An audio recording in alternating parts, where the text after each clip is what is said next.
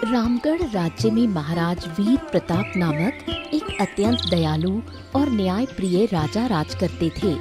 उनका जीवन उनकी 7 वर्षीय मीना नामक इकलौती पुत्री मीनाक्षी के साथ हंसी खुशी से बीत रहा था।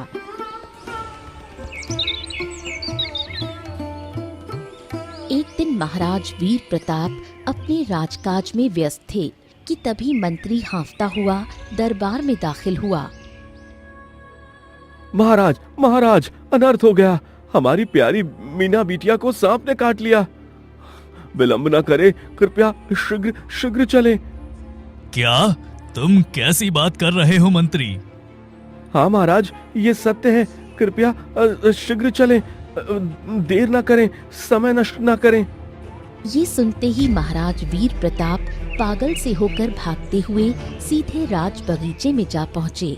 महाराज जैसे ही बगीचे में पहुँचे, उन्होंने देखा कि उनकी लाडली राजकुमारी जमीन पर अचेत लेटी है। उसके मुंह से सफेद झाग निकल रहा है और उसका छोटा शरीर दर्द से तड़प रहा है। मेरी बच्ची, तुम्हें क्या हो गया? मैं तुम्हें कुछ नहीं होने दूंगा। सैनिकों, शीघ्र ही राज के सर्वश्रेष्ठ वैद्य को बुला कर लाओ। जी महाराज। परंतु इससे पहले कि महाराज उसे गोद में उठा पाते, मीना का नन्हा शरीर शांत पड़ गया। राजकुमारी ने अपने पिता की गोद में आने से पहले ही दम तोड़ दिया। राजकुमारी के देह त्याग के बाद महाराज वीर प्रताप गहरे सदमे में मीना के निष्प्राण शरीर को गोद में लिए बैठे थे। महाराज, हमें मीना बिटिया के शरीर को इस तरह अब अधिक देर तक नहीं रखना चाहिए। ये धर्म के विरुद्ध है। क्या तुम मुझे मेरी बच्ची से दूर करने को कह रहे हो? महाराज, मुझे क्षमा करें। नियति को कोई नहीं बदल सकता। अब हमें पार्थिव शरीर को सम्मान पूर्वक नदी में प्रवाहित कर देना ही उचित होगा। हाँ मंत्री जी, आप ठीक कह रहे हैं। आप अंतिम संस्कार की तैयारी करिए।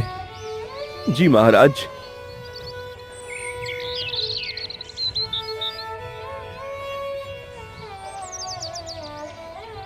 बांस की लकड़ियों से एक अस्थाई मंजुषा यानी नाव तैयार की गई।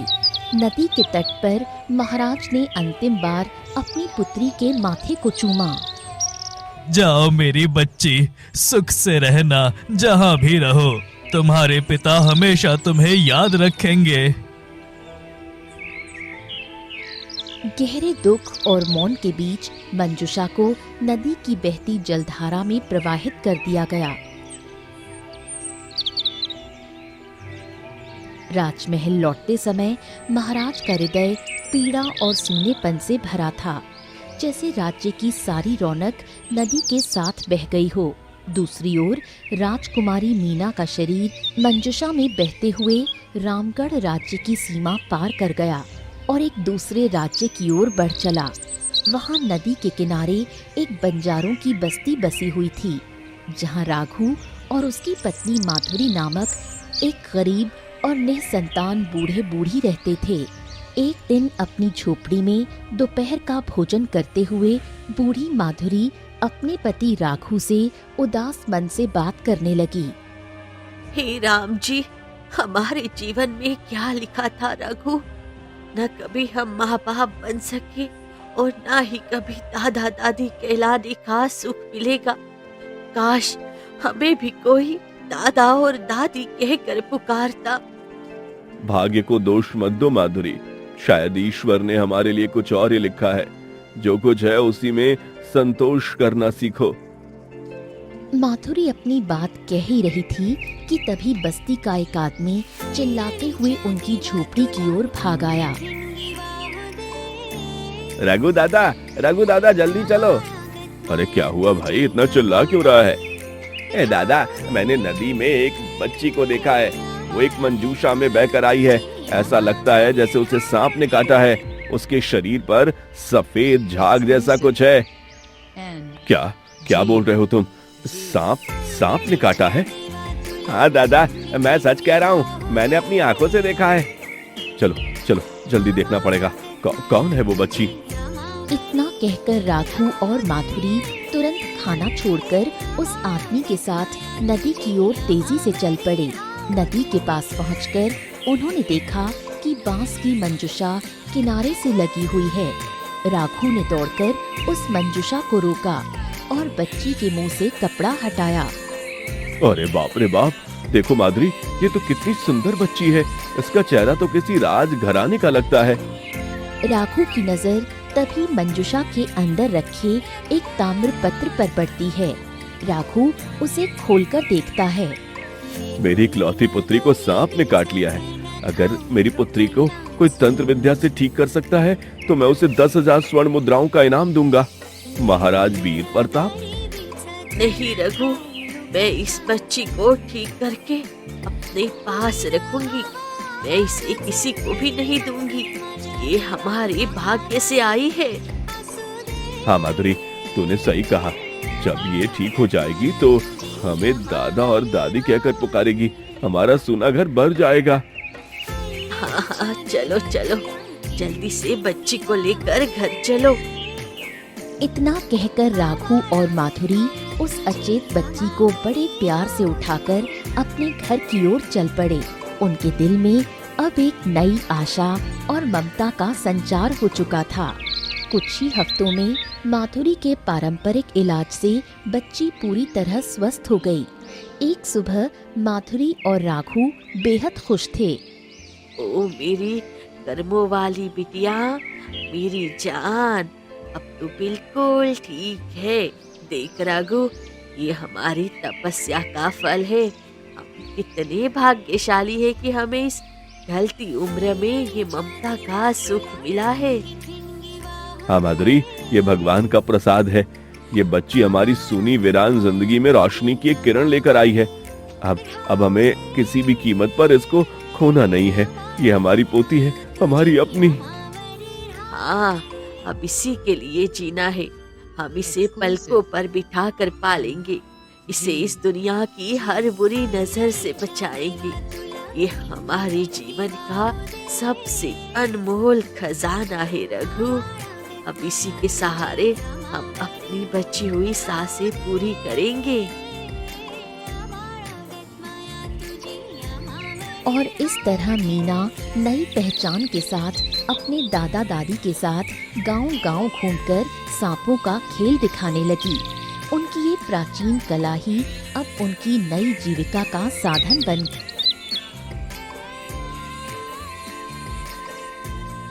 कुछ साल बाद राजकुमार जयंत घोड़े पर सवार होकर राजमहल से निकलने ही वाले थे। तभी राजा केकी वहां आ पहुँचे। तो राजकुमार, आप सुबह सुबह कहाँ जा रहे हैं? बिना बताए निकल पड़ते हैं। पिताजी, मैं आपको कष्ट नहीं देना चाहता था। मैं वन भ्रमण और अभ्यास के लिए जा रहा था, जैसा आपने ही सिखाया है। घोड़े पर सैर करना और लक्ष्य साधना दोनों ही एक राजा के लिए जरूरी है। पुत्र जयंत, तुम्हारी सज्जनता और प्रजा के प्रति तुम्हारा प्रेम मुझे संतोष देता है। तुम एक आदर्श राजकुमार हो। तुम्हारी बहादुरी मुझे विशेषकर पसंद है। जाओ, खूब अभ्यास करो, पर ध्यान से। जैसा आप आदेश दें पिताजी, मैं शीघ्र ही वन भ्रमण के लिए निकलता हूँ। इतना कहकर राजकुमार जंगल की ओर निकल पड़े। दूसरी ओर इसी महल में रहने वाला मंत्री उदार सिंह, जो लालची और षड्यंत्रकारी था, अपनी बेटी से बात कर रहा था। मेरी प्यारी बेटी, तुम मेरी बातों को ध्यान से सुनो। राजकुमार जयंत एक भोला और नेक लड़का है। उसका मन जीतना तुम्हारे लिए मुश्किल नहीं होगा। पिताजी, आप क्या चाहते हैं? मैं चाहता हूँ कि तुम मुझसे विवाह करो। तुम इस राज्य की राजकुमारी बनाना है। पिताजी, पर राजकुमार तो मुझे केवल एक मंत्री की बेटी मानते हैं। यही तो षड्यंत्र है। मैं तुम्हारे और राजकुमार के बीच ऐसा प्रेम पैदा करूंगा कि राजा केकी को मजबूरन तुम्हारा विवाह जयंत से करवाना पड़े। एक बार तुम रानी बन गई, फिर ये पूरा राजकोष, ये खजाना सब हमारे अधीन होगा। इस लालच भरे दरबार में हमारा राज चलेगा। मुझे समझ आ गया पिताजी। मैं राजकुमार जयंत को रिझाने का हर संभव प्रयास करूंगी। इतना कहकर वो वहां से चली गई।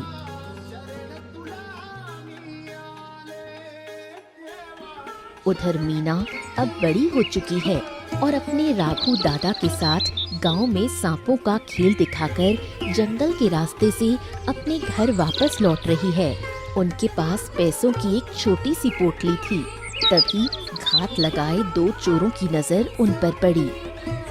अरे कालू, वो देख, कैसी अद्भुत सुंदरी, काली हिरनी सी आंखों वाली, और उसके हाथ में जो पोटली है, वाह, लगता है आज अपनी किस्मत खुल गई। ओहो, उसमें धन होगा रे। हाँ भाई, तुम तो बिल्कुल सही बोल रहे हो। देखकर तो मन खुश हो गया, लेकिन एक दिक्कत है। क्या दिक्कत है भाई? अरे क्या तुम्हें उसके साथ वो बूढ़ा आदमी नहीं दिख रहा? अरे वो कमजोर बूढ़ा हमारा क्या बिगाड़ेगा। सुनो, तुम उस बुजुर्ग को कसकर पकड़ना और मैं उस रूपसी को दबोचकर पोटली छीन लूंगा। ऐसा कहकर वो दोनों उन पर झपट पड़े। एक चोर ने राघु दादा को कसकर पकड़ लिया और दूसरा चोर मीना के हाथ से पैसों की पोटली छीनने की कोशिश करने लगा। मीना दर्द से चिल्ला उठी। उधर कुछ ही दूरी पर राजकुमार जयंत अपने सेनापति के साथ तलवारबाजी का अभ्यास कर रहे थे। तभी उनके कानों में मीना के चीखने की आवाज पड़ी। राजकुमार तुरंत आवाज की दिशा में घोड़े दौड़ाते हुए वहां जा पहुंचे। अरे बदमाशों की औलादों, तुम लोग कौन हो? हिम्मत कैसे हुई इस तरह निहत्थे लोगों को सताने की? राजकुमार को देखते ही दोनों चोर थरथरा उठे। वो तुरंत पहचान गए कि ये तो राज्य का राजकुमार है। अरे कालू, भाग यहाँ से, नहीं तो आज जान से हाथ धोना पड़ेगा। ये राजकुमार है। इतना कहकर वो दोनों चोर डर के मारे पोटली छोड़कर भाग गए। आप दोनों सुरक्षित तो हैं ना? आप दोनों को कोई गंभीर चोट तो नहीं आई? इस घने वन में आप क्या कर रहे थे? हाँ मैं ठीक हूँ। आप तो इस राज्य के राजकुमार है ना? जी, मैं ही हूँ। हृदय से धन्यवाद राजकुमार, आज हमारी रक्षा करने के लिए। मैंने तो बस आपका नाम सुना था, आज साक्षात देख भी लिया कि आप कितने पराक्रमी हैं। अरे इसमें औपचारिकता की कोई आवश्यकता नहीं, ये मेरा राजधर्म और कर्तव्य था। आप बताइए कि आप दोनों इस घने जंगल में क्या कर रहे हैं? हम लोग साधारण सपेरे हैं राजकुमार। आज आपके ही राजमहल के द्वार पर सांपों का खेल दिखाकर घर लौट रहे थे। चलो बेटी मीना, अब हमें देर हो रही है। ठीक है राजकुमार, अब हम चलते हैं। आपका उपकार हम कभी नहीं भूलेंगे। इतना कहकर मीना और राघु दादा घर की ओर चल दिए। राजकुमार जयंत उन्हें तब तक देखते रहे जब तक वो आंखों से ओझल नहीं हो गए। वास्तव में मीना की सहज सुंदरता और उसकी निडरता देखकर राजकुमार पहली ही नजर में मोहित हो गए। जब से वो राजमहल लौटे थे, तब से राजकुमार अपने कक्ष में बस मीना के बारे में ही सोच रहे थे।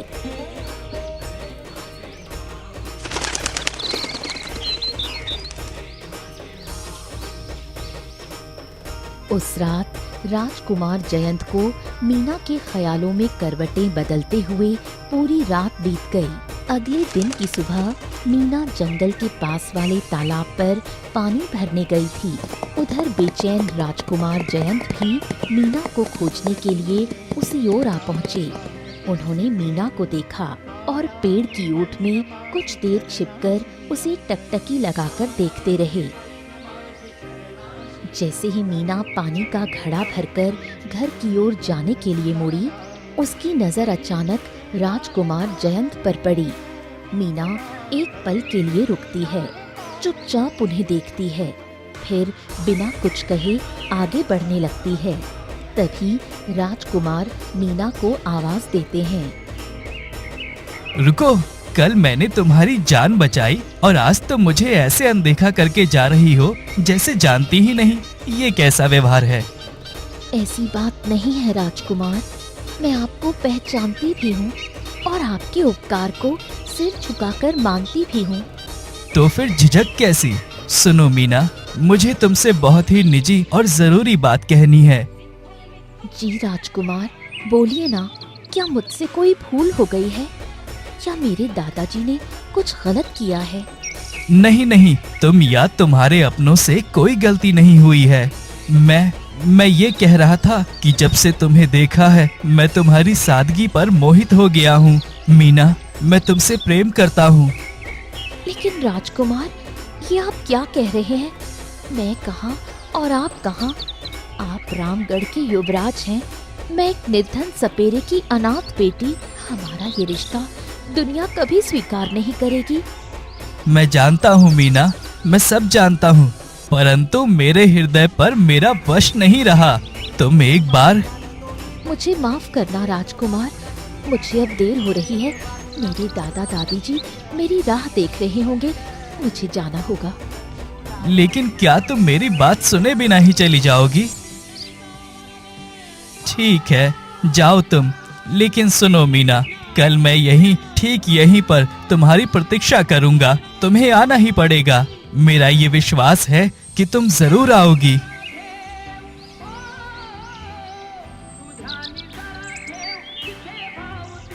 मीना घर पहुंचकर पानी रखती है और सीधे अपने कमरे में जाती है। वो बिस्तर पर बैठकर राजकुमार के प्रेम की बात सोचकर मंद मंद मुस्कुराती है। मीना भी राजकुमार जयंत की निडरता और प्रेम पर मोहित हो चुकी थी। अगले दिन राजकुमार जयंत आशा भरी निगाहों से उसी तालाब के किनारे मीना का बेसब्री से इंतजार करने लगा। कितना समय हो गया, क्या वो सचमुच नहीं आएगी? मैं इतना मूर्ख क्यों बन गया? कुछ देर बाद राजकुमार हताश होकर घोड़े पर बैठने ही वाला था कि तभी उन्हें मीना की पायल की मधुर झनकार सुनाई दी। राजकुमार ने मुड़कर देखा, मीना कुछ ही दूरी पर खड़ी थी। मुझे तो लगा तुम नहीं आओगी। मैंने तो आपसे आने का कोई वादा नहीं किया था राजकुमार, और मैं सच में आपके लिए नहीं आई हूँ। घर में पानी नहीं था, सो लेने आई हूँ। बहाना मत बनाओ मीना, तुम कल भी चली गई थी मेरी बात पूरी सुने बिना। क्या तुम जानती हो कल की शाम मेरे लिए कितनी भारी थी? राजकुमार, आप क्यों बात बढ़ा रहे हैं? मैं आपकी भावनाओं को समझती हूँ, पर हम दोनों के रास्ते अलग हैं। नहीं, मैं जानता हूँ कि तुम मेरे लिए ही आई हो मीना। और सुनो, अब तुम चाहे पानी भरने आओ या ना आओ, मैं हर रोज यहीं आऊंगा। तुम्हें मुझसे बात करनी ही पड़ेगी। मीना शर्म से मुस्कुराती है। इस तरह पानी के बहाने मीना अब हर रोज राजकुमार से मिलने लगी। लेकिन एक दिन महाराज केकी अपने प्रमुख मंत्री के साथ एकांत कक्ष में बैठे थे। मंत्री जी, आप जानते हैं कि मेरे लिए क्या मायने रखा है? हाँ? आपने हर संकट में एक सच्चे भाई और निस्वार्थ दोस्त की तरह मेरा साथ दिया है। मेरा राजकोष भले ही धन से भरा हो, पर आपकी ईमानदारी और वफादारी मेरे लिए अनमोल है। अब मैं चाहता हूं कि इस दोस्ती को खून के रिश्ते में बदल दिया जाए। मैं चाहता हूं कि आपकी योग्य और संस्कारी बेटी कुसुम का विवाह मेरे बेटे राजकुमार जयंत के साथ हो जाए। इस शुभ बंधन के बाद मैं चाहता हूं कि मैं अपने राज्य का सारा उत्तरदायित्व युवराज घोषित कर राजकुमार को घोषित कर दूं। आपकी क्या राय है? क्या आप मुझे ये सौभाग्य देंगे? ये सुनकर मंत्री जी एक पल के लिए स्तब्ध रह गए। उनकी वर्षों की नीति और मेहनत आज सफलता के चरम पर पहुंच चुकी थी। उनके मन में सत्ता की लालसा और खुशी की लहर दौड़ गई। मंत्री जी कहाँ खो गए? क्या मेरी बात आपको पसंद नहीं आई? क्या मैंने अनजाने में कुछ अनुचित कह दिया है? नहीं नहीं महाराज, ये सुनकर तो मेरा गला रुंध गया। क्या वाकई में हम गरीब सेवकों को इतना मान देंगे? आप भला कभी गलत निर्णय ले सकते हैं? मैंने तो सोचा भी नहीं था कि हमारे जैसे दीन परिवार को राजघराने से जोड़ने का इतना बड़ा सौभाग्य मिलेगा। मुझे लगा कि मैं कोई मीठा सपना देख रहा हूँ। नहीं मंत्री जी, नहीं, ये सपना नहीं, हकीकत है। आपका परिवार योग्य है और कुसुम में युवराज्ञी बनने के सभी गुण हैं। यह केवल मेरा नहीं बल्कि रामगढ़ राज्य के हित में है। हाँ हाँ, ये हकीकत है। मेरे कान धन्य हो गए महाराज। कोटि कोटि धन्यवाद। आपने आज मुझे असीम सुख और सम्मान प्रदान किया है। मैं तुरंत ये शुभ समाचार कुसुम की माँ को देना चाहता हूँ। आपकी ये महान कृपा हम 7 जन्मों तक नहीं भूलेंगे। जी जी, अवश्य जाइए मंत्री जी, यह राज्य के लिए शुभ घड़ी है। मंत्री अपनी पत्नी के कक्ष में गए और उन्हें महाराज के निर्णय की खुशखबरी उत्साह से बताने लगे। तभी कुसुम, जो वहीं से गुजर रही थी, अपने पिता की सारी बातें सुन लेती है। खुशी से झूमते हुए वो बगीचे में बैठे राजकुमार जयंत के पास जाती है और उत्साह में उनके बगल में बैठ जाती है। राजकुमार, आज मैंने पिताजी की सारी बातें सुन ली है। अब आप कल्पना भी नहीं कर सकते कि मैं कितनी खुश हूँ। इतनी अधीर खुशी किस बात की है कुसुम? क्या सुन लिया तुमने? यही कि आपके साथ मेरा विवाह होने वाला है। महाराज और पिताजी ने सब कुछ तय कर दिया है। हम शीघ्र ही पति और पत्नी बन जाएंगे। क्या आप मेरे लिए उतने ही उत्साहित नहीं हैं? क्या कुसुम, ये तुम क्या कह रही हो? ये विवाह कदाचित संभव नहीं है। ये फैसला मैं स्वीकार नहीं कर सकता। क्यों नहीं स्वीकार कर सकते राजकुमार? क्या आप मुझसे नाराज हैं? ये विवाह क्यों नहीं हो सकता? क्या मैं सुंदर नहीं दिखती? क्या मेरे वंश में कोई कमी है? क्या आप मुझे पसंद नहीं करते? एक बार साफ साफ कहिए ना। तुम गलत समझ रही हो कुसुम। तुम सभी मायनों में योग्य हो और तुम बहुत सुंदर भी हो। मैं तुम्हें पसंद भी करता हूँ, पर सिर्फ एक प्रिय मित्र के तौर पर, और मित्रता के आधार पर विवाह नहीं किया जा सकता। क्यों नहीं किया जा सकता? मैं आपको बचपन से एक पति के रूप में देखती आई हूँ। मेरा सारा जीवन आपकी प्रतीक्षा में बीता है। क्या मेरे इस निर्दोष प्रेम का कोई मूल्य नहीं है? क्या आप मुझे इतनी आसानी से ठुकरा देंगे राजकुमार? मूल्य है कुसुम, पर जहाँ सच्चा प्रेम नहीं है वहाँ विवाह एक अन्याय होगा, तुम्हारे साथ भी और मेरे साथ भी। मुझे माफ करना, पर मैं तुम्हें धोखा नहीं दे सकता। मैं तुम्हें सच बताता हूँ, मेरा हृदय किसी और स्त्री को समर्पित है और मैं उससे गहरा प्रेम करता हूँ। ओह, तो ये बात है। मेरी जगह कोई और है? अच्छा ठीक है राजकुमार, मुझे उस खुशकिस्मत राजकुमारी का नाम बताइए ना। मैं उसके पास जाऊंगी और उसके पैरों पर गिरकर आपके दूर रहने की भीख मांगूंगी। बताए ना राजकुमार, कौन है वो जो मेरे हिस्से की खुशी छीन रही है? वो कोई राजकुमारी नहीं है, वो एक साधारण स्त्री है। क्या? ये आप क्या बोल रहे हैं? आप इस राज्य के राजकुमार होकर एक तुच्छ मामूली गरीब लड़की के लिए मुझे ठुकरा रहे हैं? मैं तो सोच रही थी कि कोई बड़े राज्य की राजकुमारी होगी। एक मामूली सपेरन? ये शादी नहीं हो सकती। अगर आप ऐसा करेंगे तो महाराज कभी नहीं अपनाएंगे उसे। गली कुचे की गरीब लड़की को कभी नहीं। कुसुम, अपनी जुबान पर लगाम दो। प्रेम जाति या धन नहीं देखता। वो मेरे लिए दुनिया की सबसे सम्मानित स्त्री है। मैं देखूंगी कि आप उससे कैसे विवाह करते हैं। ये मेरा अपमान है राजकुमार, इसका बदला मैं जरूर लूंगी। इतना कहकर कुसुम क्रोध और अपमान से जलती हुई वहां से तेजी से चली जाती है और सीधे अपने पिता के पास जाकर उन्हें राजकुमार के इस शर्मनाक प्रेम की पूरी बात बता देती है। मंत्री अपनी बेटी की उदासी और अपमान को देखकर आग बबूला हो जाते हैं। बस बहुत हुआ। रामगढ़ के इतिहास में उदार सिंह की बेटी का यह अपमान मैं स्वीकार नहीं करूंगा। तुम एक बूंद भी आंसू मत बहाओ मेरी बेटी। मैं तुम्हें राजकुमार जयंत की पत्नी बना कर रहूंगा।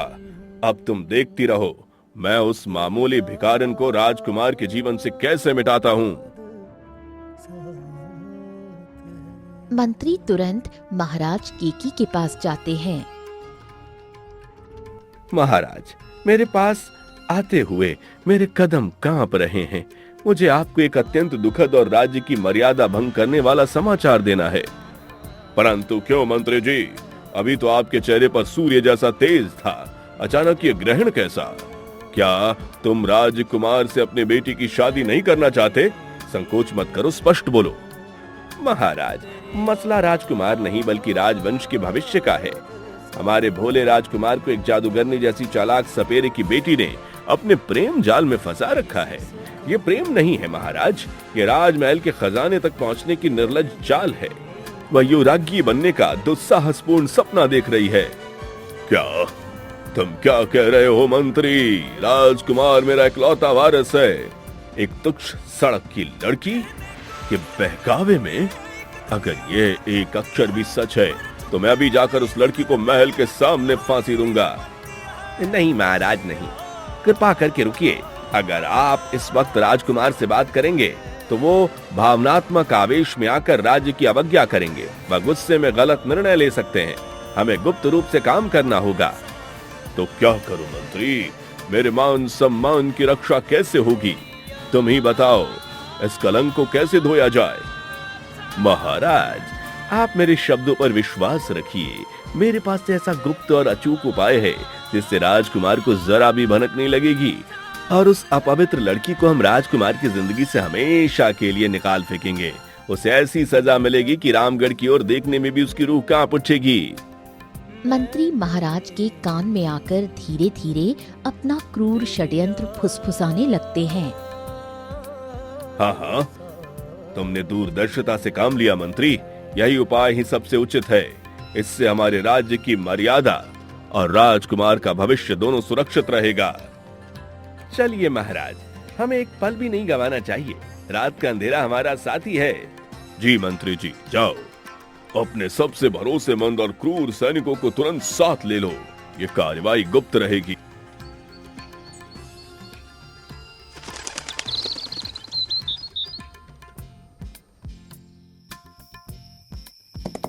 उसी रात महाराज और मंत्री उदार सिंह कुछ सैनिकों को लेकर मीना की बस्ती की ओर निकलते हैं।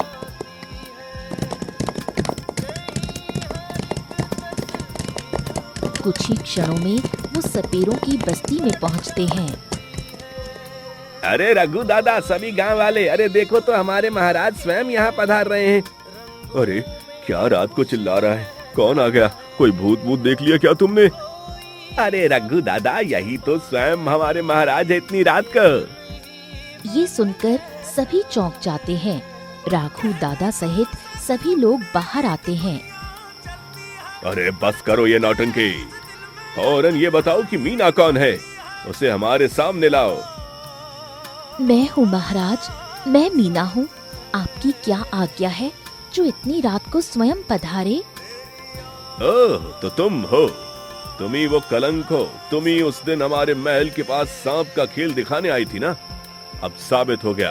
तुम खेल दिखाने के बहाने मेरे भोले बेटे को फंसाने गई थी। बताओ कितना मूल्य चाहिए तुम्हें मेरे बेटे को छोड़ने के लिए?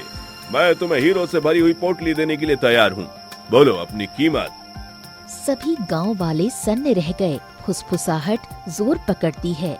मीना का राजकुमार से संबंध, ये क्या हो रहा है? नहीं महाराज, आप ये क्या कह रहे हैं?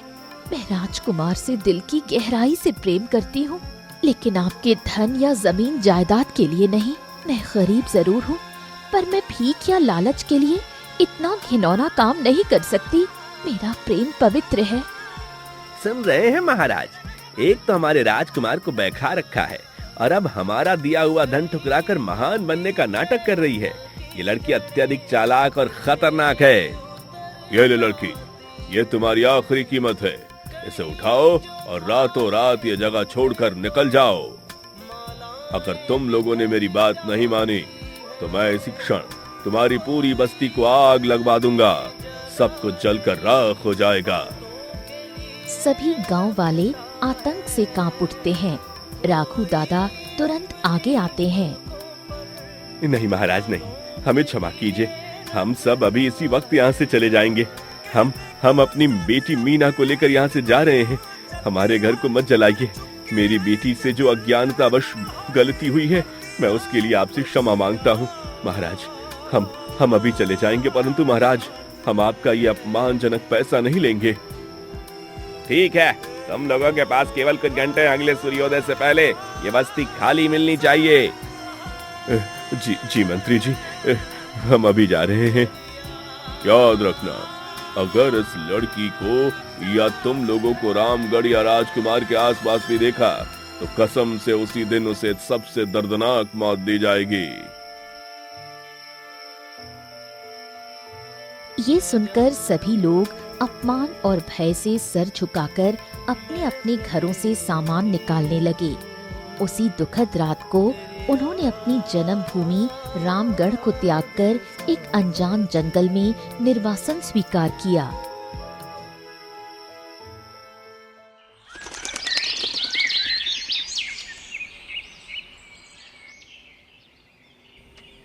अगले दिन की सुबह राजकुमार जयंत उसी तालाब के किनारे अधीरता की अग्नि में जल रहे थे। सूरज अपनी पूरी ऊंचाई पर आ चुका था, पर मीना की पायल की आहट तक नहीं थी। हृदय में भयंकर आशंका लिए राजकुमार का साहस डूबने लगा। ये कैसा सन्नाटा है? वो क्यों नहीं आई? क्या कोई अनहोनी हुई है? कल तो हमने फिर से मिलने का संकल्प किया था। मेरी मीना वादा नहीं तोड़ सकती, नहीं। राजकुमार ने एक पल की भी देरी नहीं की। वो बिजली की गति से घोड़े पर सवार हुए और पागलों की तरह मीना की बस्ती की ओर दौड़ पड़े। बस्ती में पहुंचकर उन्होंने जो देखा वो विनाश था। जंगल पूरी तरह वीरान और शांत था।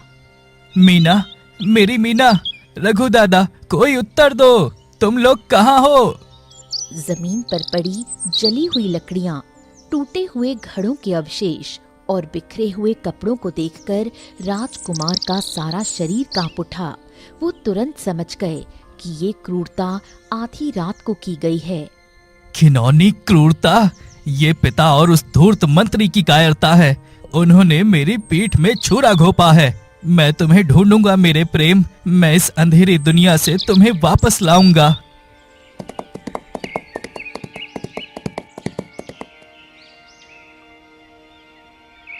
राजकुमार ने मीना की खोज में दिन रात का अंतर मिटा दिया। वो वीराने में, नदी के किनारे और पहाड़ों तक भटकते रहे। उन्होंने हर राहगीर से पूछा, पर मीना का नाम जैसे इस धरती से मिट चुका हो। कई पीड़ादायक दिन व्यतीत हो गए। राजकुमार का मन भयंकर निराशा से चूर था।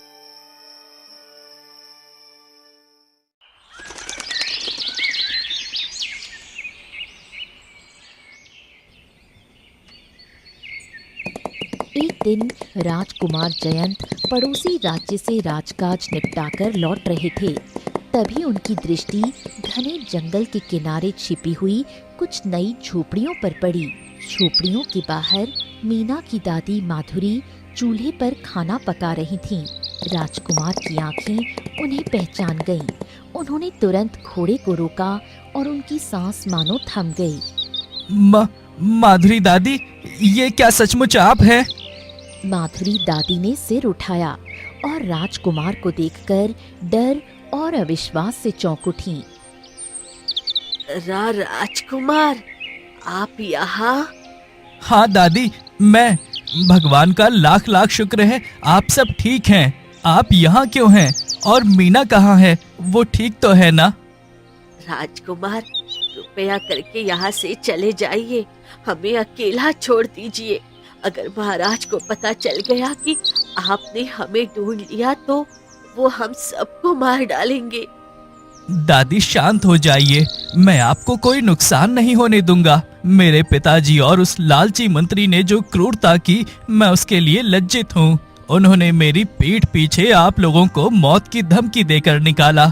मुझे बताइए, मेरी मीना कहाँ है? वो कैसी है? राजकुमार, आप क्यों हमारे पीछे पड़े हैं? अगर उन्हें जरा भी भनक भी लग गई कि आप यहाँ आए हैं तो वो सैनिकों को भेजकर हमें जिंदा नहीं छोड़ेंगे। आप क्यों खतरा मोल ले रहे हैं? मैं अब आप लोगों को और दुख नहीं दूंगा। ये मेरा संकल्प है। मुझे बस मीना से मिलना है एक बार। मैं उसे वापस अपने राज्य ले जाना चाहता हूँ। मैं अपने पिता से लड़ूंगा। मैं उसे सब समझाऊंगा। नहीं राजकुमार, आप ऐसा मत बोलिए। आपकी मीना ने आपके सम्मान और हमारे पूरे समुदाय की जान बचाने के लिए अपना इतना प्रेम त्याग दिया। वो जानती थी कि अगर वो रुकती तो हम सब कत्ल कर दिए जाते। उसने आपका त्याग किया है राजकुमार। उसने खुद को आपसे दूर कर लिया है। क्या क्या सचमुच उसने उसने मुझे छोड़ दिया? वो मेरे बिना खुश है? क्या उसने मेरी याद तक नहीं की? क्या वो मेरे प्रेम को इतना कमजोर समझती थी? वो आपकी याद में हर रात रोती है राजकुमार। उसका हृदय टूट चुका है, पर उसने हमें कसम दी है कि वो अब आपको कभी मुंह नहीं दिखाएगी। वो नहीं चाहती कि आपकी राजसी जिंदगी उसके कारण खतरे में पड़े। वो जंगल के बहुत अंदर, बहुत दूर गई है, अकेले। नहीं, मैं उसे ये बलिदान देने नहीं दूंगा। मुझे उसका ठिकाना बताइए दादी। मैं उसे समझाऊंगा कि मेरा प्रेम उसके त्याग से कहीं ज्यादा बड़ा है। मैं उसे हर हाल में सुरक्षित रखूंगा। मुझे उसका पता चाहिए। अब आप क्या करेंगे राजकुमार? सच्चाई से मत भागिए। अगर आपको मीना मिल भी गई तो क्या आप उसे रानी बना पाएंगे? क्या आपके पिता एक सपेरन को राजमाता के रूप में स्वीकार करेंगे? हम तो गरीब हैं राजकुमार। हम सिर्फ आपके लिए आजीवन मुसीबत बनेंगे। दादी, ये जयंत आपसे वचन देता है, अगर मैं उसे रामगढ़ की रानी नहीं बना पाया तो मैं स्वयं ही राजपाट त्याग दूंगा। मैं उसके साथ इस जंगल में एक साधारण मनुष्य बनकर रहूंगा। मुझे उसका ठिकाना बताइए। मुझे मीना चाहिए, सिंहासन नहीं। आप बहुत भले हैं राजकुमार। आपके जैसा प्रेम दुर्लभ है। वो कहीं गई नहीं है। वो वही झोपड़ी के भीतर है। वो आपसे डरती नहीं है राजकुमार। वो आपके लिए डरती है। क्या वो अंदर है? राजकुमार जयंत ने एक पल भी बर्बाद नहीं किया और तेजी से झोपड़ी की ओर बढ़े। माधुरी बेबसी से उन्हें देखती रह गई। राजकुमार जयंत बेताबी से झोपड़ी के अंदर प्रवेश करते हैं। मीना उन्हें देखकर आश्चर्य और गहरे भय से कांप उठी। उसके चेहरे पर पीड़ा स्पष्ट थी। आप यहाँ क्या करने आए हैं? आपको किसने यहाँ आने की हिम्मत दी? मैंने आपको पहले भी कहा था कि आपका और मेरा रिश्ता इस दुनिया में कोई स्वीकार नहीं करेगा। आप क्यों नहीं माने? अब मैं आपसे और कोई रिश्ता नहीं रखना चाहती। चले जाइए यहाँ से। मीना तुरंत अपना मुंह दूसरी ओर मोड़ लेती है और सिसक सिसक कर रोने लगती है। सुनो, आज इसी क्षण मैं तुमसे विवाह करूंगा और तुम्हें अपने साथ राजमहल ले चलूंगा और तुम्हें जाना ही पड़ेगा। अगर आज तुम मेरे साथ नहीं चलोगी मीना, तो मैं आज ही अपना जीवन त्याग दूंगा। मेरे लिए तुम्हारे बिना ये संसार शून्य है। नहीं राजकुमार, नहीं, आप ऐसा मत बोलिए। आपकी जान से बढ़कर मेरे लिए कुछ भी नहीं है। मैं आपसे शादी करने के लिए तैयार हूँ। राजकुमार जयंत के चेहरे पर तुरंत खुशी और असीम राहत छा गई। उन्होंने तुरंत अपनी जेब से सिंदूर की डिबिया निकाली और प्रेम तथा दृढ़ संकल्प के साथ मीना की मांग भर दी। अब तुम सिर्फ मेरी हो मीना, तुम मेरी धर्म पत्नी हो। दादाजी, दादी, मुझे आपका आशीर्वाद चाहिए। उठो मेरे बच्चे, हमारा आशीर्वाद हमेशा तुम्हारे साथ है, पर रास्ता आसान नहीं होगा राजकुमार। मेरी बच्ची, सावधान रहना। अगर तुम्हारे प्यार में सच्चाई है तो भगवान तुम्हारी रक्षा करेगा। राजकुमार जयंत मीना को घोड़े पर बिठाते हैं और तेजी से राजमहल की ओर निकल पड़ते हैं। राखू दादा और माधुरी दादी बेबसी से उन्हें देखते रह जाते हैं। दरबार में सन्नाटा और बेचैनी थी। सैनिक हताश पड़े थे। महाराज, हमने राजकुमार की खोज में हर संभव प्रयास किया, नगर से लेकर सीमाओं तक, लेकिन वो हमें कहीं नहीं मिले। वो रहस्यमय तरीके से लुप्त हो गए हैं। तो राजकुमार कहाँ जा सकता है? कहीं राजकुमार फिर से? नहीं, ये नहीं हो सकता। सैनिकों जाओ। महाराज अभी अपनी बात पूरी कर भी नहीं पाए थे कि तभी दरबार के द्वार पर राजकुमार जयंत मीना को अपनी विवाहित पत्नी के रूप में साथ लेकर गर्व और दृढ़ता के साथ महाराज के सामने आकर खड़े हो गए। रुक जाओ सैनिकों, अब कहीं जाने की जरूरत नहीं है, मैं यहाँ हूँ। महाराज राजकुमार जयंत के इस विवाहित रूप को देखकर आक्रोश से भर उठे। उनकी आंखों में खून उतर आया। राजकुमार, तुम्हारी हिम्मत कैसे हुई? तुम्हारे अंदर इतना दुस्साहस कहां से आया इस नीच अपवित्र सपेरन से विवाह करने की? हाँ? क्या तुम भूल गए तुम रामगढ़ के भविष्य हो? ये क्या उपहास है? बस महाराज बस, आप अपनी वाणी पर नियंत्रण रखें। अब वो नीच नहीं बल्कि आपकी बहू और मेरी धर्म पत्नी है। मेरा निर्णय अटल है। मेरे सामने कोई भी उसे अपमानित करे, चाहे वो कोई भी शक्ति क्यों ना हो, यहाँ तक कि आप भी, ये मेरे लिए असहनीय होगा। तुम्हारा इतना बड़ा दुस्साहस! एक एक कौड़ी की भीख मांगने वाली लड़की के लिए तुम मुझसे बहस कर रहे हो? तुम परिणाम जानते हो?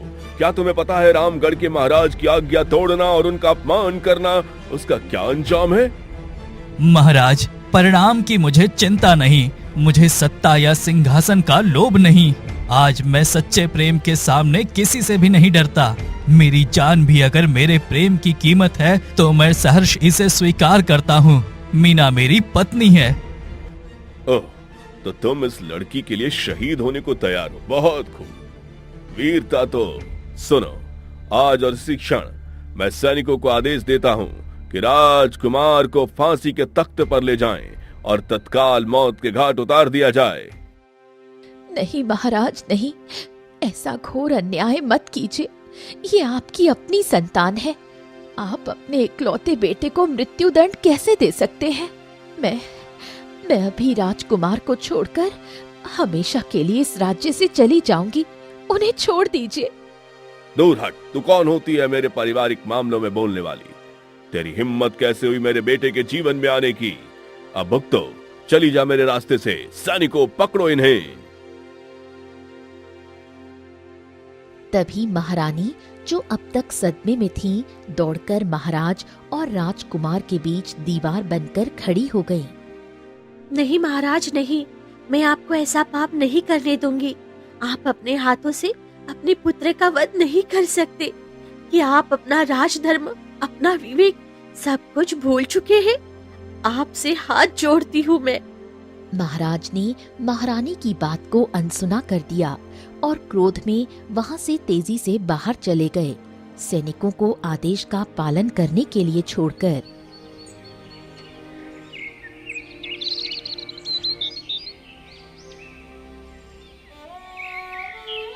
उसी शाम महाराज के क्रूर आदेश के अनुसार राजकुमार जयंत को फांसी देने के लिए पेश किया गया।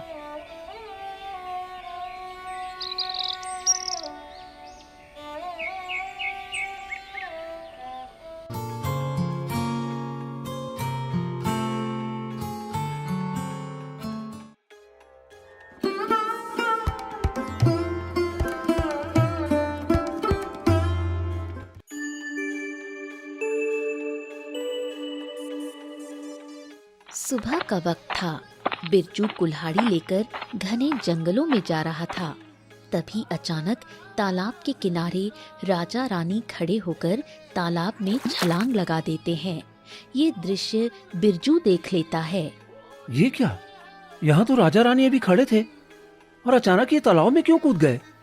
हे भगवान, ये क्या हो रहा है? मुझे उनको बचाना चाहिए। इतना कहकर बिरजू तुरंत तालाब के पास गया। महाराज, महाराज, महारानी, आप कहाँ हैं? मैं आपको बचा लूंगा महाराज। महारानी, आप कहाँ हैं? लेकिन पूरे तालाब में शांत पानी के सिवा कुछ नहीं था। ये क्या? मैंने तो अभी देखा था कि महाराज और महारानी अभी इसी तालाब में छलांग लगाई थी, लेकिन यहाँ तो कुछ भी नहीं है। पूरा पानी भी शांत है। ये कैसे हो सकता है भला? महाराज और महारानी कहाँ जा सकते हैं? बिरजू परेशान हो गया और घर वापस लौट आया। क्या हुआ जी, आप आज बिना लकड़ियां लिए ही चले आए? सब ठीक तो है ना? और आप इतने परेशान क्यों दिख रहे हैं? अरे क्या बताऊं भाग्यवान, जब मैं कुल्हाड़ी लेकर घने जंगलों की तरफ जा रहा था, तभी राजा और रानी ने अचानक तालाब में छलांग लगा दी और मैं ये दृश्य देखकर दंग रह गया। लेकिन जैसे ही तालाब के पास गया तो देखा राजा और रानी गायब थे। ये कैसे हो सकता है? भला राजा रानी तालाब में छलांग क्यों लगाएंगे? आपको जरूर कोई भ्रम हुआ है। तुम मेरी बातों पर विश्वास करो। अगर तुम्हें मेरी बातों पर विश्वास नहीं है तो चलो हम राजमहल चलते हैं। हम राजा रानी से मिलेंगे तो पता चल जाएगा कि ये मेरा भ्रम था या नहीं। अच्छा ठीक है, चलो चलते हैं। फिर बिरजू और कुसुम दोनों राजमहल पहुँचे और मंत्री से जाकर मिले। क्या हुआ? तुम यहाँ कैसे? क्या समस्या है? मंत्री जी, मुझे महाराज से मिलना है। मुझे महाराज से कुछ जरूरी काम है। महाराज यहाँ नहीं है। महाराज पड़ोसी राज्य गए हुए हैं। वो कुछ दिनों के बाद आएंगे। अब जाओ यहाँ से। आप झूठ बोल रहे हैं मंत्री जी। मैंने स्वयं देखा है कि महाराज और महारानी ने घने जंगलों के पास वाले तालाब में छलांग लगाई है। तुम्हें ये सच्चाई पता है? खबरदार, ये बात तुमने किसी को बताई तो तुम्हारे लिए ये ठीक नहीं होगा। आप ऐसा क्यों कह रहे हैं मंत्री जी? हमारे राज्य के महाराज और महारानी अचानक तालाब में गायब हो गए और आप ये सब जानकर मुझे चुप रहने के लिए कह रहे हैं? अगर एक और शब्द कहा ना तो देखना तुम्हारे साथ क्या होगा। अब चुपचाप चले जाओ यहाँ से। दोनों चुप हो गए और दोनों घर वापस आ गए। पता नहीं क्या हो गया है मंत्री जी को। जब उन्हें पता है कि महाराज और महारानी ने तालाब में छलांग लगाई है तो फिर वो उन दोनों को बचाने क्यों नहीं जा रहे हैं और हमें भी चुप रहने के लिए क्यों कहा है? देखो जी, मुझे मंत्री की मंशा कुछ ठीक नहीं लगी, इसलिए आप चुप ही रहिए तो ही ठीक रहेगा। अगर उसने आपको कुछ नुकसान पहुंचाया तो मैं कैसे जीऊंगी? लेकिन वो हमारे महाराज और महारानी थे। हम उन्हें इस तरह मरते हुए नहीं छोड़ सकते ना। फिर दोनों परेशान होकर सोचने लगे। तभी बिरजू ने कहा, भाग्यवान, राजमहल जाके कुछ फायदा तो नहीं हुआ, लेकिन मैं कुल्हाड़ी लेकर लकड़ियां काटने जा रहा हूँ। अब तुम भी तालाब से पानी ले आना। आज मेरा मन ठीक नहीं था, इसलिए मैं तालाब से पानी नहीं लेकर आया। ठीक है, आप चिंता मत करिए, आप बस काम पर ध्यान दीजिए। बिरजू कुल्हाड़ी लेकर निकल पड़ा। जैसे ही तालाब के पास से गुजरा, उसे महाराज और महारानी की याद आ गई। कल इसी वक्त और इसी जगह पर महाराज महारानी ने इसी तालाब में छलांग लगाई थी, पर मैं क्या करूं? मैं चाह कर भी उन दोनों की मदद नहीं कर पा रहा हूं।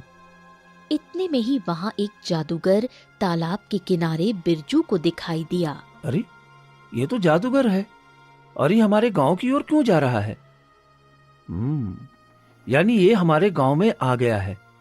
नहीं नहीं, ये जरूर कुछ भयानक करने वाला है। हमारे गांव में मुझे ये बात जाकर मुखिया जी को बताना होगा। फिर बिरजू वहाँ से तुरंत मुखिया जी के पास पहुँचा। अरे क्या हुआ बिरजू? तो इतना परेशान क्यों दिख रहा है? मुखिया जी, आपको नहीं पता, हमारे राज्य में वो जादूगर फिर वापस लौट आया है। मैंने उसे आज ही देखा है। वो तालाब के किनारे था। मुखिया जी, उसने हमारे गांव में प्रवेश कर लिया है। हाँ, मुझे भी पता चला है। और वो जादूगर गांव की कई लड़कियों को गायब कर रहा है।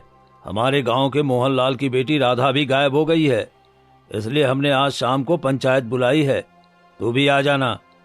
आपने बिल्कुल ठीक कहा। हम सबको जादूगर को अपने गांव से निकालना ही होगा, नहीं तो पता नहीं वो क्या करेगा। अब तो वो लड़कियों को भी गायब करने लगा है।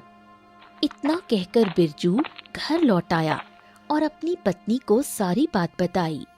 भाग्यवान, शाम में पंचायत बुलाई है। मैं गांव के चौपाल पर जरूर जाऊंगा। अच्छा ठीक है जी, आप चले जाना। फिर थोड़ी ही देर बाद शाम हो गई और सभी गांव वाले चौपाल पर इकट्ठा हो गए। सभी लोग ध्यान से सुनो। जैसा कि सबको पता है, जादूगर बहुत सालों के बाद हमारे गांव में फिर लौट आया है और वो हमारी कई लड़कियों को गायब कर चुका है। इस पर हम सबको मिलकर कुछ करना ही पड़ेगा।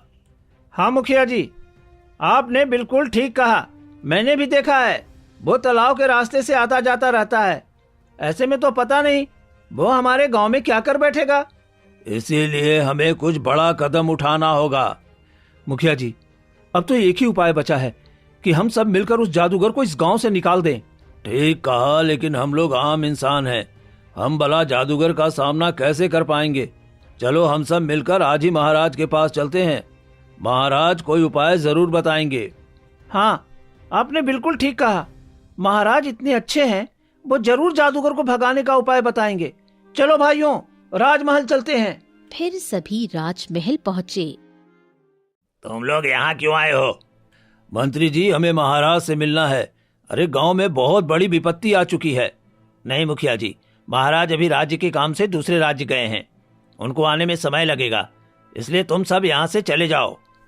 आप कितनी असत्य बातें कर रहे हैं मंत्री जी। हमें पता है महाराज उस तालाब में गए हैं, फिर आप ये सच्चाई क्यों छुपा रहे हैं? मैं तुम्हें कितनी बार कह चुका हूँ, जो बोल दिया उसे पुनः मत कहना। अब चले जाओ यहाँ से, अगर अपनी जान बचाना चाहते हो तो। इतना कहकर मंत्री वहां से चले जाते हैं। अरे बिरजू, आखिर तू क्या कह रहा था महाराज के बारे में? मुखिया जी, अब आपसे क्या छुपाना। महाराज महारानी हमारे जंगल वाले तालाब में छलांग लगाई थी और वो दोनों उस तालाब में गायब हो गए। मैंने अपनी आंखों से देखा था। ये तो बहुत गंभीर बात है। अब तो पता नहीं हम लोगों के साथ क्या होने वाला है। फिर सभी परेशान होकर अपने अपने घर लौट आए। क्या हुआ जी, आप बहुत परेशान लग रहे हो। क्या बताऊं भाग्यवान, अरे सभी गांव वाले राजमहल गए तो मंत्री ने फिर झूठ बोला और किसी को महाराज के बारे में सच नहीं बताया।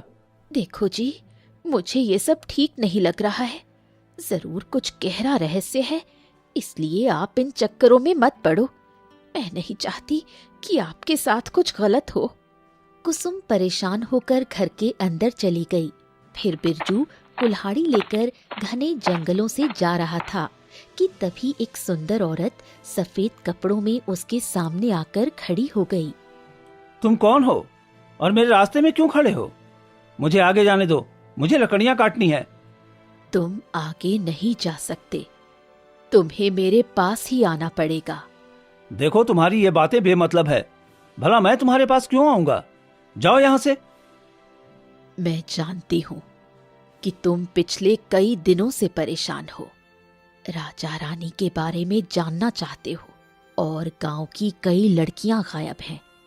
क्या तुम ये सब नहीं जानना चाहोगे? तुम कौन हो और ये सब कैसे जानती हो?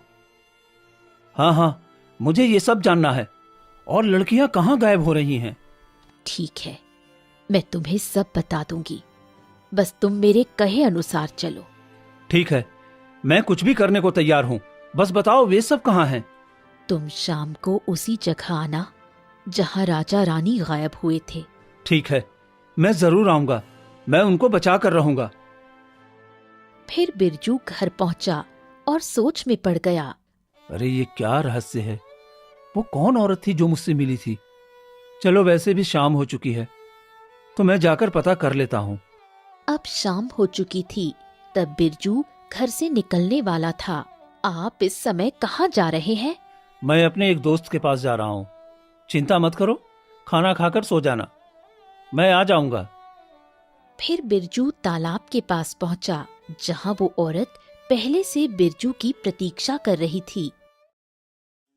तुम तो यहाँ पहले से ही हो। अब बताओ, वे सब कहाँ गए? तुम्हारा उनसे कोई संबंध भी नहीं है, फिर तुम उनकी इतनी चिंता क्यों कर रहे हो? नहीं, मैं कई दिनों से चिंतित हूँ।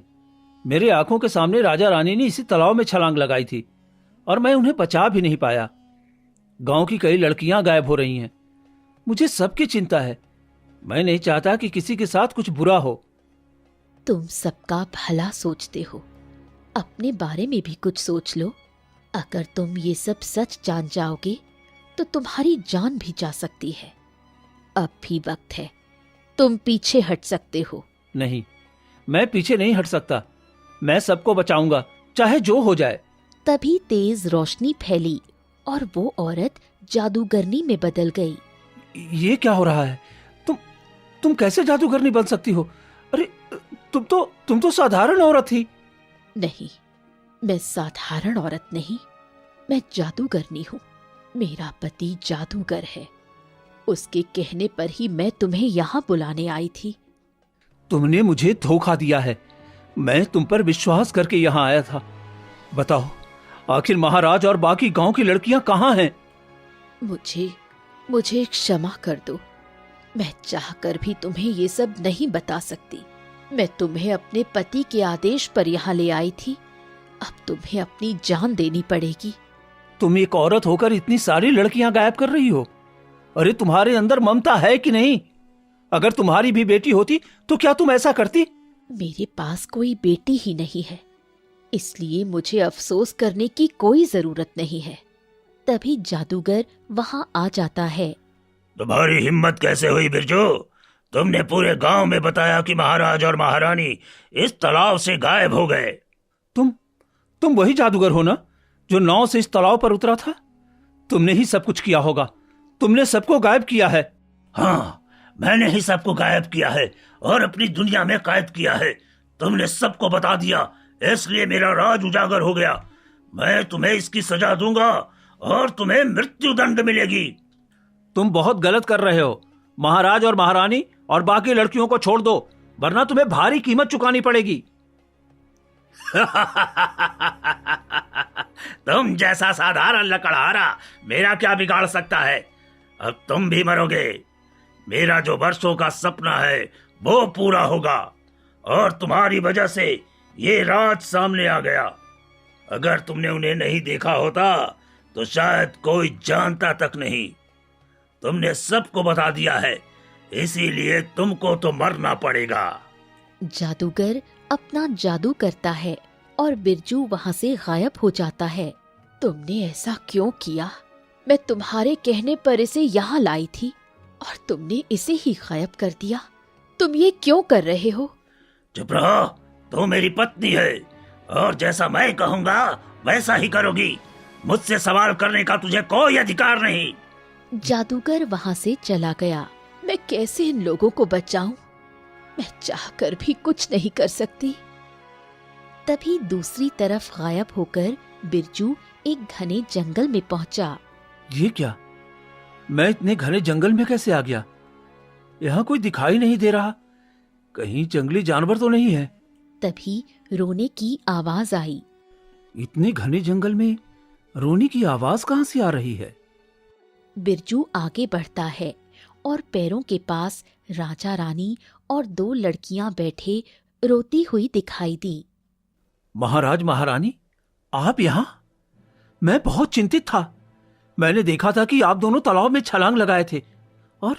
और ये जो गांव की लड़कियां हैं, ये सब आखिर ये सब यहाँ कैसे आ गए? ये सब तुम्हारी वजह से हुआ है।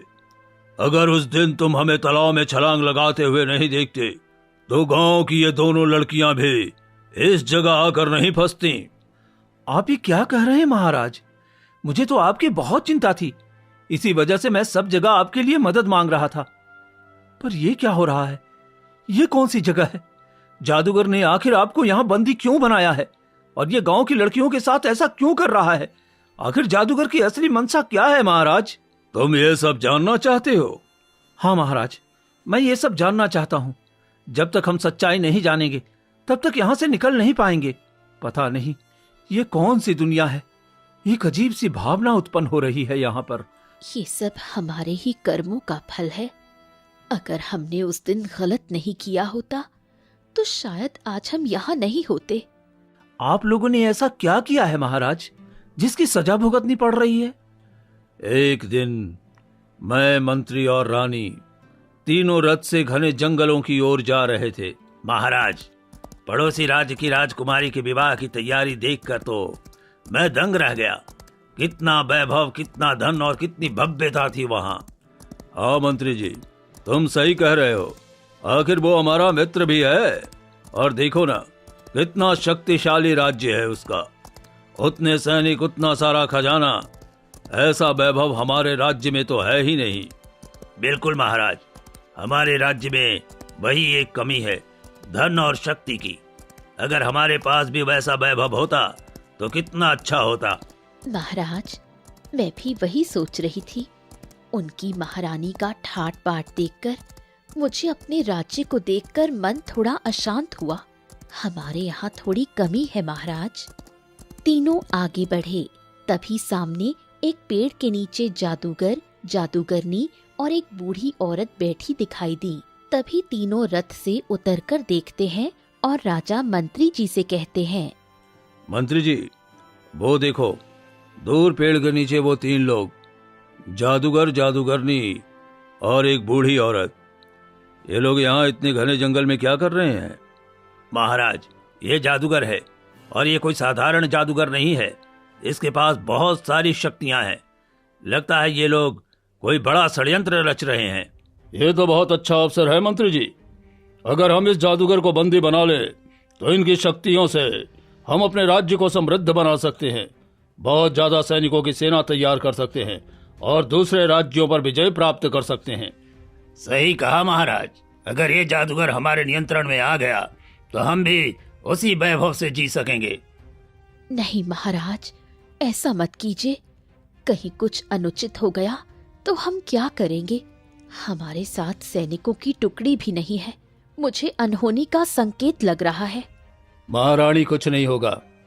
अब बस हमें अपने राज्य को वैसा ही बनाना है जैसे राजा भानुदेव का राज्य है। अब एक ही उपाय है महाराज, हमें किसी तरह इस जादूगर को घायल करके राजमहल ले जाना होगा। अगर हम उनके सामने गए तो वो हमें अपने जादू से वश में कर लेगा। मेरे पास एक उपाय है महाराज। बताओ मंत्री जी, क्या उपाय है?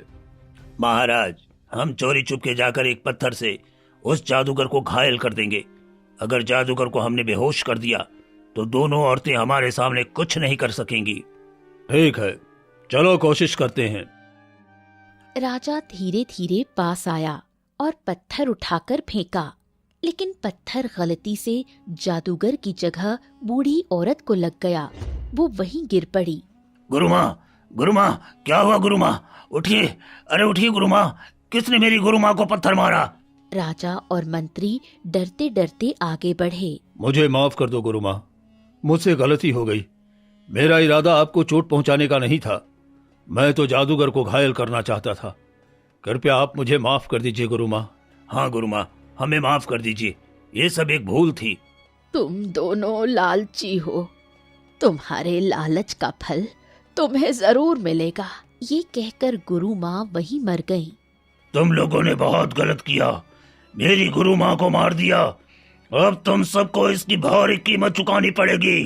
तुम्हारे पूरे राज्य का मैं विनाश कर दूंगा। जादूगर, ऐसा मत करो, हमें माफ कर दो। हम बस तुम्हारी शक्ति से अपने राज्य को समृद्ध करना चाहते थे। ये सब गलती से हुआ है। तुम लोगों ने बहुत बड़ा अपराध किया है। हम अपनी गुरु माँ से अंतिम विद्या सीख रहे थे और तुम्हारी वजह से हमारी साधना अधूरी रह गई।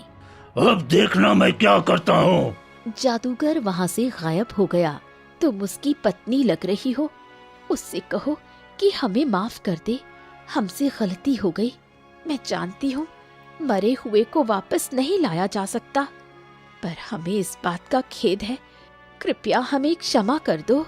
तुम लोग इस जादूगर से टकरा गए हो।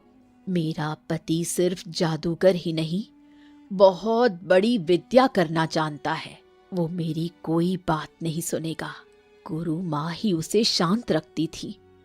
अब जब वो ही नहीं रही तो अब पता नहीं क्या होगा। अब वो क्या करेंगे ये भी नहीं जानती। तुम अपने राजमहल लौट जाओ। महाराज, हमें तुरंत राजमहल लौटना चाहिए, कोई अनर्थ होने वाला है। हाँ चलो चलते हैं। फिर तीनों जल्दी जल्दी रथ पर बैठे और राजमहल की ओर निकल पड़े। और जैसे ही राज दरबार में पहुंचे, अब क्या होगा रानी? मुझे बहुत चिंता हो रही है। आपने ऐसा क्यों किया? आप इस राज्य के राजा हो। थोड़े से धन के लालच में आपने पूरी प्रजा को संकट में डाल दिया। अब पता नहीं क्या करेगा वो जादूगर। वो भी जब वो विद्या अर्जित कर रहा था तब आपने उसकी गुरु माँ को मार दिया। अब जो चूक हो गई उसे मैं चाह कर भी ठीक नहीं कर सकता। अब बस भगवान से प्रार्थना कर सकता हूँ कि वो जादूगर कुछ गलत न करे हमारी प्रजा के साथ। इतने में ही मंत्री वहां आया। महाराज, महाराज, हमारे गांव से एक लड़की गायब हो गई है। एक गांव वाला कह रहा था वो लड़की जादूगर ने गायब की है। अगर हमने कुछ नहीं किया तो पता नहीं वो और क्या कर देगा हमारे गांव वालों के साथ। नहीं मंत्री जी, हम अपनी गलती की सजा अपनी प्रजा को नहीं भुगतने देंगे, चाहे हमें जो करना पड़े। इसके लिए तो हमें जादूगर के पास जाना होगा और उससे माफी मांगनी होगी। हाँ महाराज, मैंने सुना है वो जादूगर हमारे गांव के पास वाले तालाब पर आता जाता रहता है, शायद वहीं हमें मिल जाएगा। ठीक है, मैं और रानी अभी राज्य से निकलते हैं, तुम राज्य का ध्यान रखना। अगर कोई मुझसे मिलने आए तो उससे कह देना मैं पड़ोसी राज्य गया हूं कुछ काम से।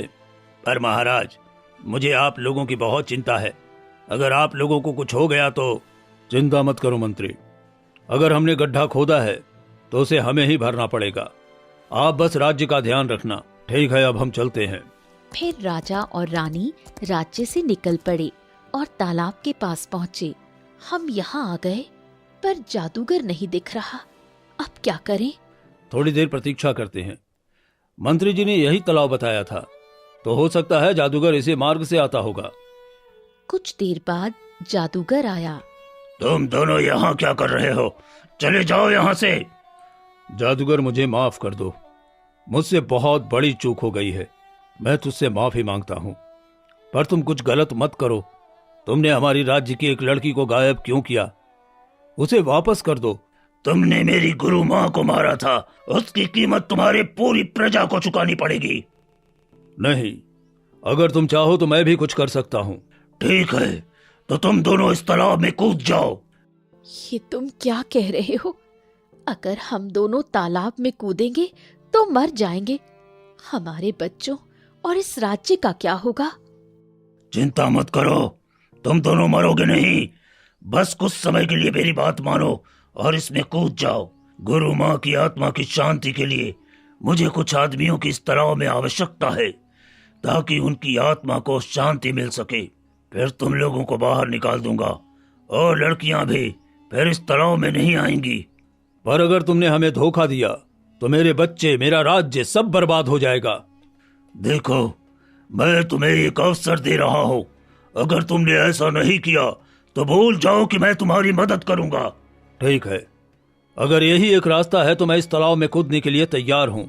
ठीक है, मैं भी कूदने के लिए तैयार हूँ, बस हम दोनों को सकुशल बाहर निकाल लेना। फिर राजा और रानी दोनों ने तालाब में छलांग लगा दी। मूर्ख राजा रानी, तुम क्या समझते थे मेरी गुरु माँ को मार देगा और मैं तुम दोनों को जिंदा बाहर निकाल दूंगा? फंस गए, यही तो मैं चाहता था, तुम दोनों खुद ही मेरे जाल में फंस गए। जादूगर वहां से गायब हो गया। आप लोगों के साथ बहुत गलत हुआ है महाराज, लेकिन आपने गुरु माँ को भी मारकर ठीक नहीं किया। ऐसी गलती की सजा तो हम भुगत रहे हैं बिरजू। आप चिंता मत कीजिए महाराज, हम सब यहाँ से बाहर जरूर निकलेंगे, कोई यहाँ नहीं फंसेगा। ठीक है, तो हम दोनों मिलकर आगे का रास्ता ढूंढते हैं। रानी और तुम दोनों लड़कियां यहीं सुरक्षित रहना, किसी और जगह जाने की कोशिश मत करना। ठीक है महाराज, मैं इन दोनों का ध्यान रखूंगी। राजा और बिरजू दोनों आगे बढ़े। राजा आगे बढ़ता है और रुक जाता है। ये क्या, मैं आगे चल नहीं पा रहा हूं। ये कैसे हो सकता है? आप चल नहीं पा रहे हैं, लेकिन मैं तो चल पा रहा हूं महाराज। ये कैसे हो सकता है? मैं आगे नहीं बढ़ पा रहा हूं, जैसे कोई अदृश्य दीवार मुझे रोक रही है। मैं समझ गया महाराज, ये सब जादूगर का जादू है, उसने आप पर जादू किया है ताकि आप आगे न बढ़ पाओ। महाराज आप चिंता मत कीजिए, मैं आगे की ओर देखता हूं। बिरजू आगे बढ़ता है। थोड़ी दूरी पर उसे एक पक्षी घायल अवस्था में मिलता है। यहाँ तो एक घायल पक्षी पड़ा है, मुझे इसकी मदद करनी चाहिए। बिरजू पक्षी को उठाकर जंगल से कुछ औषधि पत्ते तोड़कर उसके पंख पर लगाता है। तुमने मेरी जान बचाई, तुम्हारा बहुत बहुत धन्यवाद। तुम बोल सकती हो, तुम कोई साधारण पक्षी नहीं लगती। हाँ, मैं कोई साधारण नहीं, मैं एक जादुई पक्षी हूँ। बताओ, तुम इस विचित्र दुनिया में क्या कर रहे हो? तुम यहाँ किस लिए आए हो? हाँ, हम यहाँ नहीं आए, हमें यहाँ कैद किया गया है। एक जादूगर ने हमें राजा, रानी और 2 लड़कियों को तालाब के नीचे वाली इस विचित्र गुफा की दुनिया में कैद कर लिया है। हम बाहर निकलना चाहते हैं, बस हमें कोई रास्ता बता दो। तुम लोग यहाँ से बाहर नहीं जा सकते, ये जादूगर की दुनिया है और जादूगर की मर्जी के बिना कोई यहाँ से बाहर नहीं जा सकता। मुझ पर दया करो, किसी तरह मुझे यहाँ से बाहर जाना है। तुमने मेरी जान बचाई है, इसलिए मैं तुम्हारी मदद करूंगी। ठीक है, राजा और रानी ने गुरु माँ की हत्या की है, तो तुम मन में गुरु माँ से क्षमा मांगो और फिर जादूगर को याद करो। जादूगर यहाँ जरूर आएगा। मैं जाकर छिप जाती हूँ। अगर जादूगर ने मुझे देख लिया तो वो मुझे दंडित करेगा, क्योंकि उसने मुझे यहाँ पर सब पर नजर रखने के लिए रखा है। पर मैंने सच बता दिया। अब मैं चली जाती हूँ और छिप जाती हूँ। पक्षी पेड़ के पीछे छिप गई और बिरजू ने आंखें बंद कर ली। हे गुरु माँ, क्षमा कर दीजिए। महाराज से गलती हो गई। उन्हें आपको मारना नहीं चाहिए था। उनकी गलती की सजा हम लोगों को क्यों मिल रही है? हमें क्षमा कर दीजिए। जादूगर जी, हमें क्षमा कर दीजिए और हमारी मदद कीजिए। तभी तेज रोशनी हुई और जादूगर प्रकट हुआ। तुमने मुझे यहाँ पर क्यों बुलाया है? मैंने गुरु माँ से माफी मांग ली है। उन्होंने हमें माफ कर दिया। अब आप भी हमें माफ कर दीजिए और हमें इस तालाब की दुनिया से बाहर निकाल दीजिए। नहीं, तुम लोग यहाँ से बाहर जा नहीं सकते। मेरे पास इतनी विद्या नहीं है कि मैं तुम्हें यहाँ से बाहर निकाल दूं। मैं केवल इस मायावी दुनिया में लोगों को ला सकता हूँ। बाहर ले जाने की विद्या मैं गुरु माँ से सीख ही रहा था, पर तुम्हारे राजा ने मेरी गुरु माँ को मार दिया। तो अब हम क्या करें? मैं तुमको एक रास्ता बताता हूँ। तुम्हें एक नीले रंग का फूल ढूंढना होगा। उसकी सुगंध से ही तुम यहाँ से बाहर निकल पाओगे। जादूगर वहाँ से चला गया। तभी पक्षी आई। तुम्हें रास्ता बता दिया ना जादूगर ने? हाँ, उसने रास्ता तो बता दिया। एक नीला रंग का फूल मुझे ढूंढना होगा जो यहीं इस विचित्र दुनिया में है। लेकिन वो फूल मुझे कहाँ मिलेगा, मुझे कुछ समझ में नहीं आ रहा। यहाँ से तुम सीधे एक गुफा में चले जाओ। उस गुफा में तुम्हें तपस्या करनी है और वहाँ चाहे राक्षस आए या डायन, तुम्हें डरना नहीं है। तुम्हारा बहुत बहुत धन्यवाद दोस्त, तुमने मेरी बहुत मदद की है। अब मैं चलता हूँ। इतना कहकर बिरजू वहाँ से निकल पड़ा। थोड़ी दूर जाने के बाद वो गुफा में चला गया और बैठकर तपस्या करने लगा। कुछ देर में एक राक्षस वहाँ आया।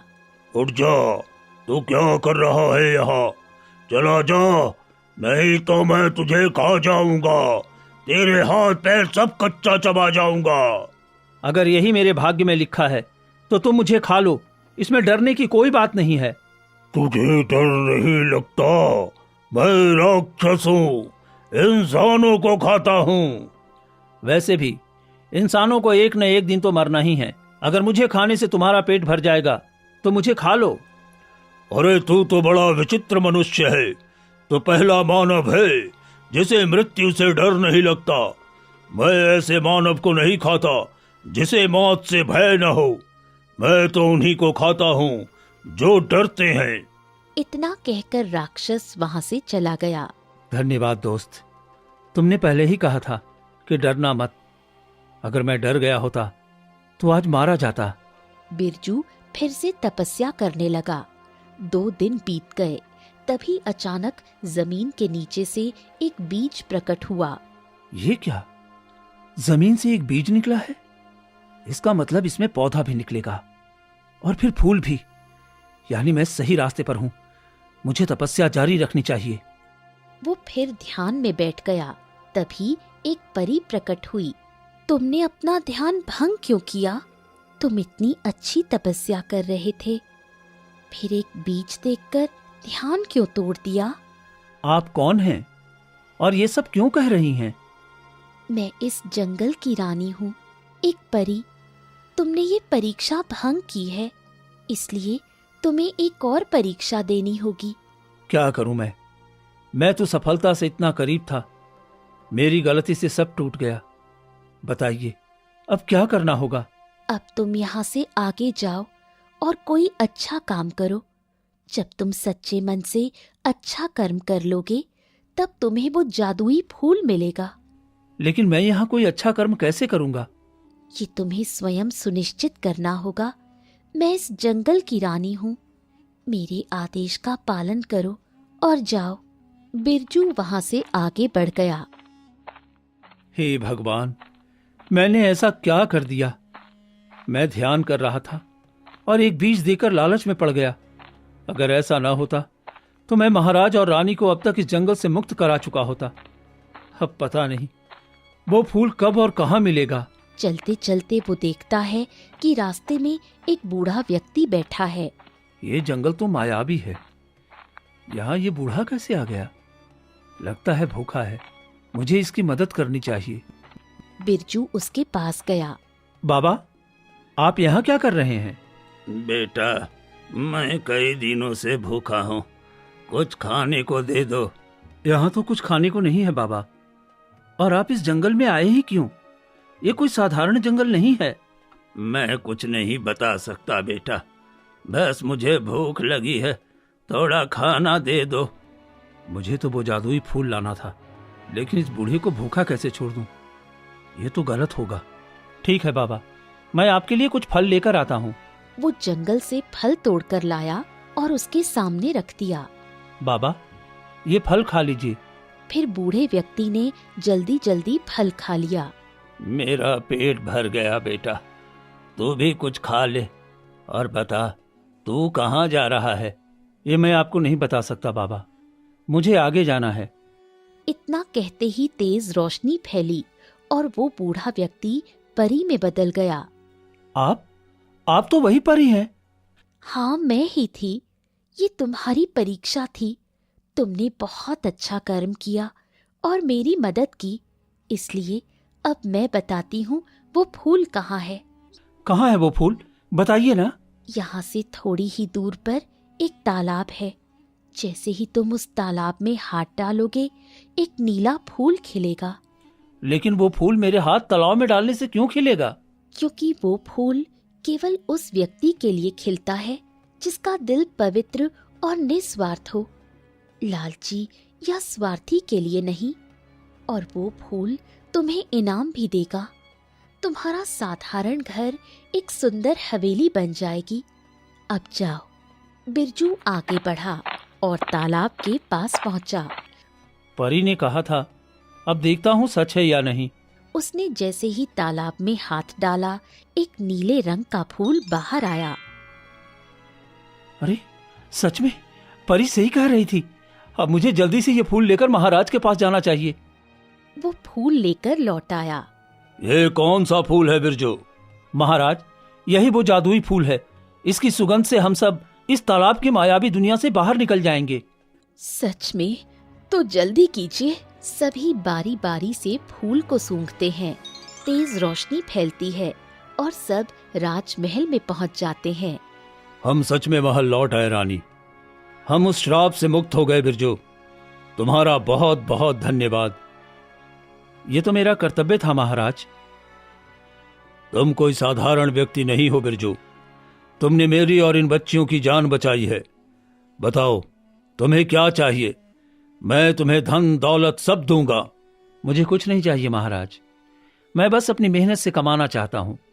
ठीक है, तो आज से तुम मेरा सेनापति रहोगे और राज्य के सबसे वफादार सेवक भी। आपका बहुत बहुत धन्यवाद महाराज। अब मैं चलता हूँ, मेरी पत्नी चिंतित होगी। ठीक है, ध्यान से जाना। बिरजू वहां से निकलकर घर पहुंचा। अब उसका घर एक सुंदर महल बन चुका था।